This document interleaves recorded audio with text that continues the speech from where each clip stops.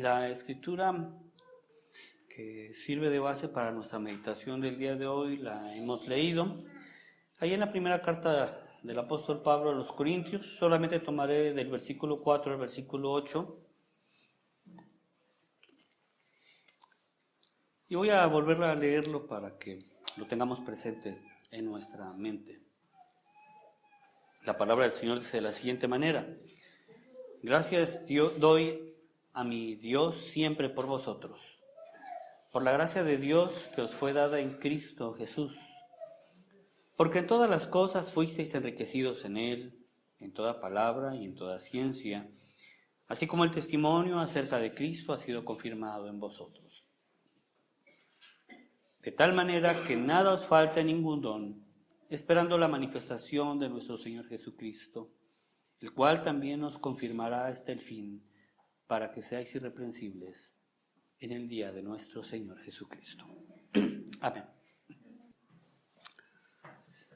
Hace muchos años vi una película de la época de oro del cine mexicano, donde una mujer estaba a punto de dar a luz, obviamente a su hijo, y otra fue a avisar al doctor para que fuera a atender a la mujer. En la escena el doctor le dice de una manera muy sarcástica a la mujer que le había ido a avisar que su amiga atendería a su bebé, y le dice el doctor a la mujer, le dice: ¿y te parece a ti un milagro? Vienes y me dices que la mujer va a dar a luz, ¿te parece un milagro?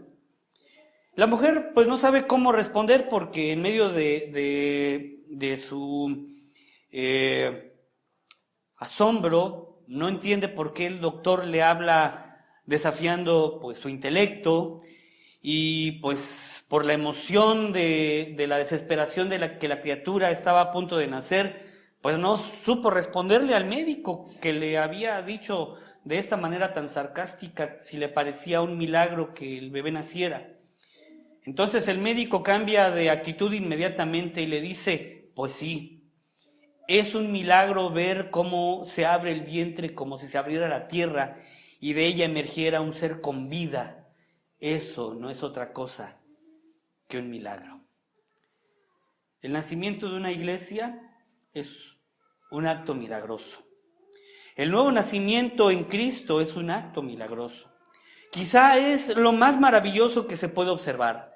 El ver nacer a un niño es observar un milagro, y el ver nacer una persona en Cristo no es cosa menor. En cierta ocasión, estando yo de viaje misionero en la ciudad de Celaya, fuimos a trabajar a una iglesia de las Asambleas de Dios. En ese entonces solamente era una misión, como lo es hoy esta misión. Y ahí conocí a una chica que era una muchacha que había sido pandillera, pero que se había convertido a Cristo, y ahora ella trataba por todos los medios de acercar a sus excompañeros de pandilla a Cristo. En una campaña me acercó ella a una chica, una muchacha delgada, con una mirada desafiante, dura, por todo lo que había vivido. Me dijo la muchacha cristiana, no recuerdo su nombre, me dijo: te traigo a mi amiga para que le hables de Cristo. Le hablé, parecía dura, inmune a las palabras, pero le dije que Jesucristo quería ser su amigo, un amigo verdadero, uno que nunca la traicionaría, que nunca la abandonaría. Y ahí su mirada dura se transformó, sus ojos, que yo me imagino que habían guardado lágrimas para hacérsela fuerte en medio de sus compañeros pandilleros, se llenaron de lágrimas, y doblando sus rodillas recibió a Cristo en su corazón. He visto muchos nuevos nacimientos, pero este en particular ha marcado mi vida hasta el día de hoy. El milagro del nuevo nacimiento en Cristo, nunca dejará de sorprenderme, nunca dejará de maravillarme. La iglesia de Corinto era una iglesia muy rica.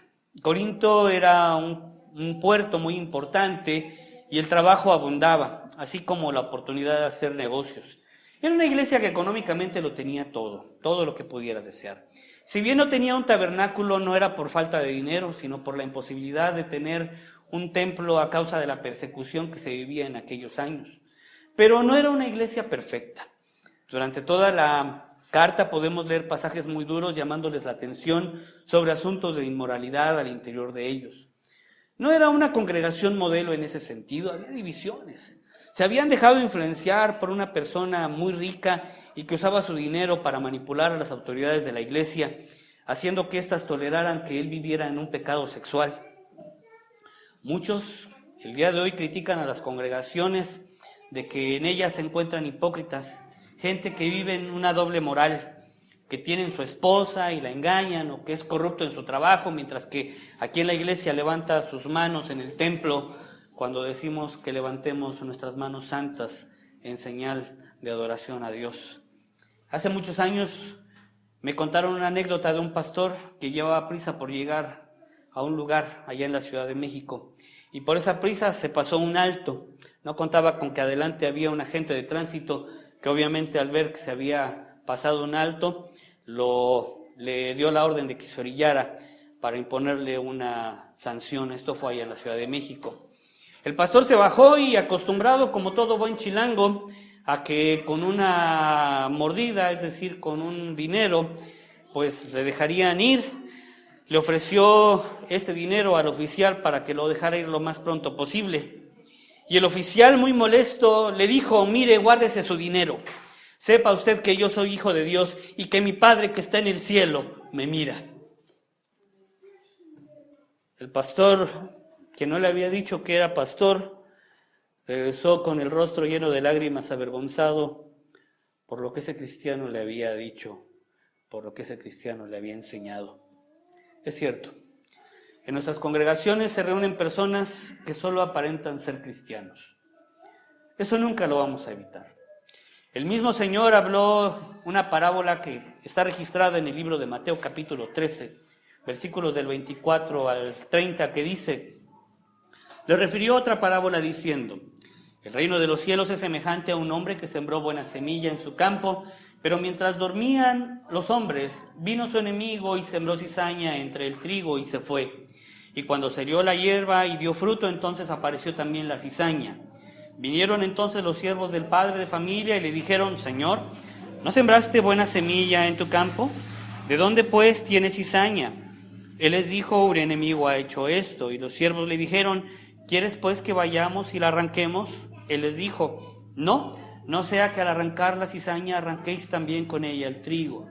Dejad crecer juntamente lo uno y lo otro hasta la siega, y al tiempo de la siega yo diré a los segadores: recoged primero la cizaña y atadla en manojos para quemarla, pero recoged el trigo en mi granero.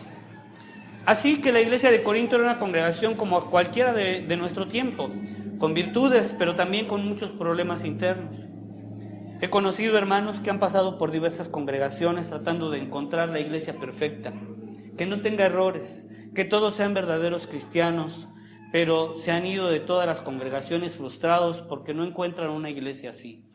La congregación perfecta, mis hermanos, no existe. En todas las congregaciones encontraremos fallas en su pastor, fallas en sus líderes, fallas en sus congregantes, pero no por eso es una iglesia falsa. En el versículo 4 de nuestra lectura de esta primera carta, después de los saludos acostumbrados, el apóstol Pablo comienza diciendo: siempre doy gracias a mi Dios por ustedes. La versión Dios habla hoy. Siempre doy gracias a mi Dios por ustedes. Pablo estaba a punto de escribir una carta muy dura sobre los pecados que había en la iglesia y había de llamar la atención de una forma muy severa a fin de que corrigieran su actuar. Pero antes de iniciar el regaño, por así decirlo, les dice que daba gracias a Dios siempre por ellos. Generalmente cuando le llamamos la atención a alguien, no comenzamos elogiándolo, ¿verdad? No hablamos pareciendo que le estamos diciendo sus cosas buenas. Cuando se corrige a alguien se va al punto y se acabó. Pero Pablo no lo hace así. Muchos creen que esta no fue la primera carta que escribió el apóstol a la iglesia de Corinto, y yo creo que tienen razón. Entonces, ¿por qué no ir al grano si ya había otra carta en la que pudo haberles dicho pues cosas bonitas? Bueno, la razón es muy simple, aunque no por ello menor. Sigue diciendo: por la gracia que Dios ha derramado sobre ustedes por medio de Cristo Jesús. Pablo no les está escribiendo a un grupo de estudiantes de filosofía, o a un grupo de empresarios, o a un grupo de trabajadores.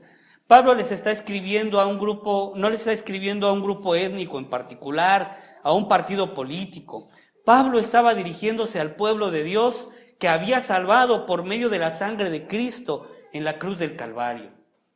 Era un pueblo de redimidos, que podía haber en medio de ellos semejantes pecados, pero que tenían el Espíritu de Dios en ellos. Pablo sabía qué clase de personas estaban allí y les predicó tanto a judíos como a gentiles. Él vio nacer esa obra y sabía que aunque esos pecados estaban presentes, podían ser erradicados porque quienes formaban esa comunidad de fe eran verdaderos hijos de Dios que recibirían la corrección y enmendarían sus caminos. Mis hermanos, nosotros somos una comunidad de creyentes, transformados por la sangre renovadora de Cristo en la cruz del Calvario, por esa sangre redentora.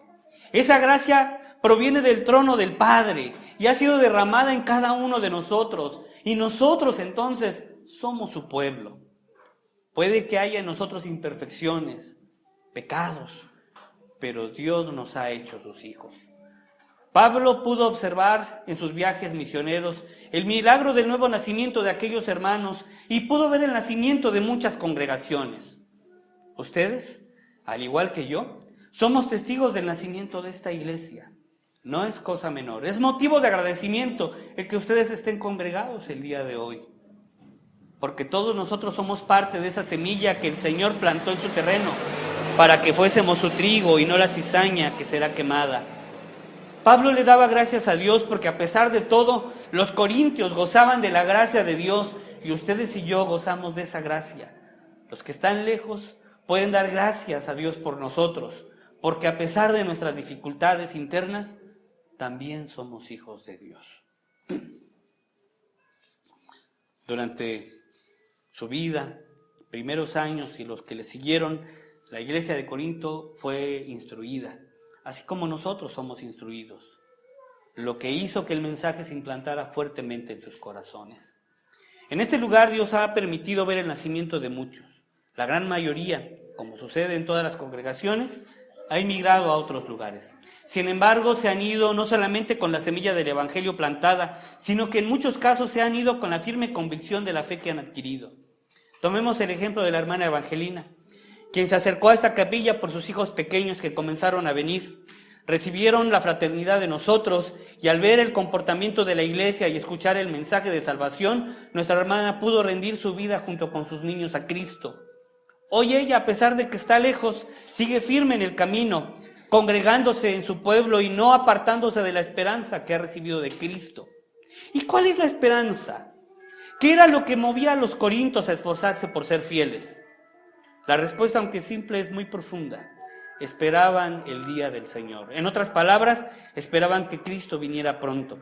De esa manera se preparaban, se esmeraban, quizá de una manera torpe, pero estaban atentos. A mis hijos siempre les ha llamado la atención los pasajes de la Biblia que tienen que ver con la segunda venida de Cristo. En la semana uno me comentó la desilusión de tener la convicción de que no llegaría a ser adulto, de que no se casaría y que tampoco tendría un trabajo y que no podría viajar porque Cristo vendría pronto. Otro me dijo mirando las noticias, creo que Cristo viene este año. Y bueno, no lo dijo lanzando una profecía, sino que me explicó que él, al leer la Biblia y ver el contexto, pues de esta manera le quedaba claro que la venida del Señor pues está cerca. La iglesia de Corinto era una iglesia que estaba convencida de que pronto aparecería el Señor tal y como lo prometió. Si bien esta carta no abunda sobre este hecho en particular, ellos estaban preparándose para aquel día que Cristo viniera y que no los fuera a tomar por sorpresa. Muchos olvidan que el cristianismo se trata precisamente de esto. Para algunos es solamente el cristianismo una tradición adquirida. Para otros es el lugar para hacer amigos. Otros más ven en el cristianismo una ventana para hacer labor social o para recibir algo. Pero la verdadera razón de la iglesia es doble. Por principio de cuentas, la iglesia fue creada para predicar el evangelio. el evangelio de Jesucristo en la tierra. Es decir, que a través de ustedes y a través de mí, Dios tiene el propósito de llevar su mensaje a todos los hombres. Su tarea, la de usted como la mía, es predicar, compartir, testificar las maravillas de Dios. Pero muchos creen que solamente es trabajo del pastor o de la comisión de evangelismo, pero eso no es verdad. Pablo le escribe a Timoteo en su primera carta, en el capítulo 4, versículo 5, pero tú sé sobrio en todo, soporta las aflicciones, haz obra de evangelista, cumple tu ministerio. Aunque el ministerio de Timoteo era eminentemente pastoral, Timoteo tenía la obligación de evangelizar. No importa cuál sea su ministerio dentro de la iglesia, su obligación es evangelizar, porque si no lo está haciendo, no está cumpliendo con el propósito para el cual usted fue salvo. Y la segunda razón es ser ese pueblo santo, ese remanente escogido que al anunciar las verdades espirituales espere con gozo el cumplimiento de la palabra de Dios. Jesús nos presentará ante su Padre en aquel día como el fruto del sacrificio que Él hizo en la cruz. Le presentará a usted y me presentará a mí como la razón de que Él hubiera derramado su sangre en la cruz. Para ello debemos de vivir de una manera recta y santa, porque de una cosa estoy seguro, mis hermanos: Cristo viene otra vez. No sé el día, ni tampoco la hora, pero tengo la certeza de que Él lo cumplió, Él lo prometió y lo cumplirá. Platiqué largo con los chicos que me externaron su preocupación y les dije a ambos lo que hoy les digo a ustedes. Vive tu vida haciendo planes hacia el futuro como si Cristo no fuera a venir nunca, pero compórtate y da testimonio como si Él viniera el día de mañana. Al salvarnos y establecer esta iglesia, Dios nos dio el privilegio de ser sus hijos, de ser parte de esta nación santa, pero con ello también adquirimos responsabilidades. Primero, la responsabilidad de cuidar nuestra vida y testimonio frente a Dios y a los que nos miran, corrigiendo nuestras malas costumbres, nuestros pecados, cualquiera que estos sean. Y segundo, testificar llevando el evangelio a todos los que nos rodean. Quizá eso nos cause desprestigio frente a la gente. En la semana veíamos y platicábamos acerca de cómo somos mal vistos aquellos que queremos obedecer la palabra de Dios, obedecer los mandamientos de Dios. Y la gente nos mira como si nosotros fuéramos los que estuviéramos haciendo algo malo al intentar apartarnos del pecado. El Señor Jesús le contó a los discípulos una parábola que nos insta a velar y a no desmayar, pese a lo que nos pudieran decir las personas allá afuera. Mateo capítulo 5, versículos 25 en adelante, el Señor narra la parábola de las 10 vírgenes que dice: entonces el reino de los cielos será semejante a 10 vírgenes que tomando sus lámparas salieron a recibir al esposo. 5 de ellas eran prudentes y 5 insensatas. Las insensatas tomaron sus lámparas, tomando sus lámparas no tomaron consigo el aceite. Mas las prudentes tomaron aceite en sus vasijas juntamente con sus lámparas. Y tardándose el esposo, cabecearon todas y se durmieron. Y a la medianoche se oyó el clamor: ¡ahí viene el esposo! ¡Salid a recibirle! Entonces todas aquellas vírgenes se levantaron y arreglaron sus lámparas. Y las insensatas dijeron a las prudentes: dadnos de vuestro aceite, porque nuestras lámparas se apagan. Mas las prudentes respondieron diciendo: para que no os falte a nosotras y a vosotras, id más bien a los que venden y comprad para vosotras mismas. Pero mientras ellas iban a comprar, vino el esposo, y las que estaban preparadas entraron con él a las bodas y cerró la puerta. Después vinieron también las otras vírgenes diciendo: Señor, Señor, ábrenos. Mas él respondiendo dijo: de cierto os digo que no os conozco. Velad pues, porque no sabéis el día ni la hora en que el Hijo del Hombre habrá de venir. ¿De qué grupo es usted? ¿De los que están preparados o de los que no están preparados para recibir a su Señor? Inclinemos nuestro rostro y oremos.